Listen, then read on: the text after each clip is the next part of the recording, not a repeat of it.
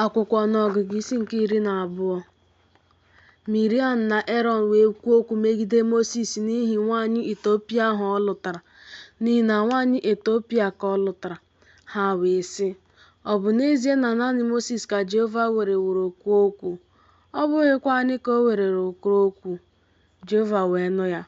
Ma nwoke ahụ bụ Mosis dị umeala n'obi nke ukwuu karịa mmadụ niile ndị nọ n'elu ala.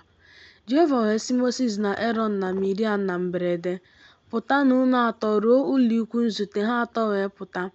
Jehova wee rịdata n'ogidi igwe ojii guzo n'ọnụ ụzọ ụlọikwu kpọọ Erọn na Miriam. Ha abụọ wee pụta.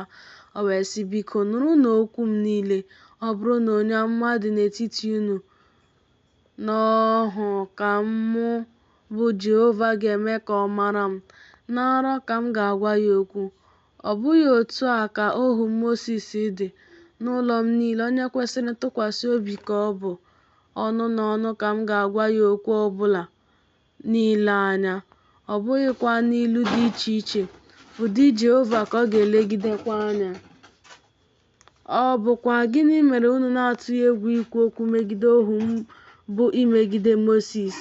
Iwe Jehova wee dị ọkụ megide ha, o wee laa. Igwe ojii ahụ wee si n'elu ụlọikwu ahụ wezuga onwe ya.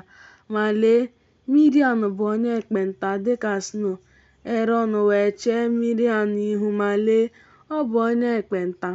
Erọn wee sị Mosis, "Biko onyenwe m, arịọ m gị, atụkwasịla anyị mmehie nke anyị bụrụ ndị nzuzu n'ime ya, nke anyị mehiewokwara n'ime ya. Biko ka ọ ghara ịdị ka onye nwụrụ anwụ, ka nke nkewa anụ ahụ ya richapụworo mgbe o si n'akpa nwa nne ya pụta." Mosis wee tikuo Jehova sị, "Chineke, biko mee ka ahụ ya dị ike, biko." Jehova wee sị Mosis, "Ọ bụrụ na nna ya agbasa ya asọ n'ihu ma ọlị, ihere agaghị eme ya ụbọchị 7.